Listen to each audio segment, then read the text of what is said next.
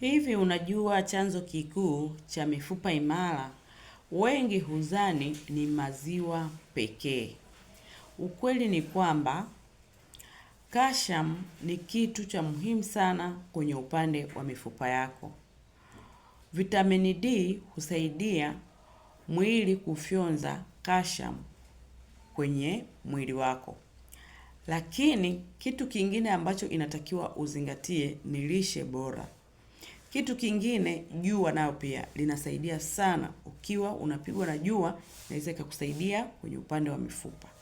Mazoezi pia yanasaidia kwenye upande wa mifupa. Lakini lishe unayoipata ni lishe gani? Shida ni kwamba pale kwenye lishe ndipo kwenye changamoto. Unapata lishe ambayo sio sahihi, ambayo haiwezi kukuzalishia hayo madini yote ambayo yanatakiwa kwenye mifupa yako.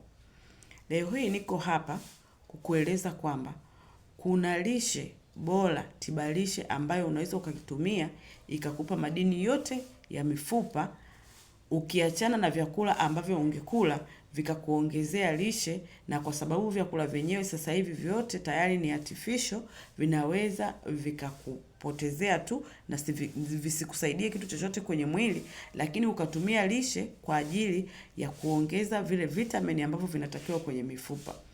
Vyanzo vingi sana vya mifupa vimekuwa vikisababishwa na lishe duni.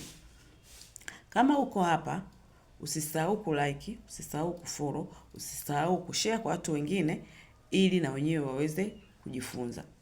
Na kama una hiyo changamoto ya mifupa, nitafute, nipigie simu namba yangu moja kwa moja ili niweze kukusaidia moja kwa moja.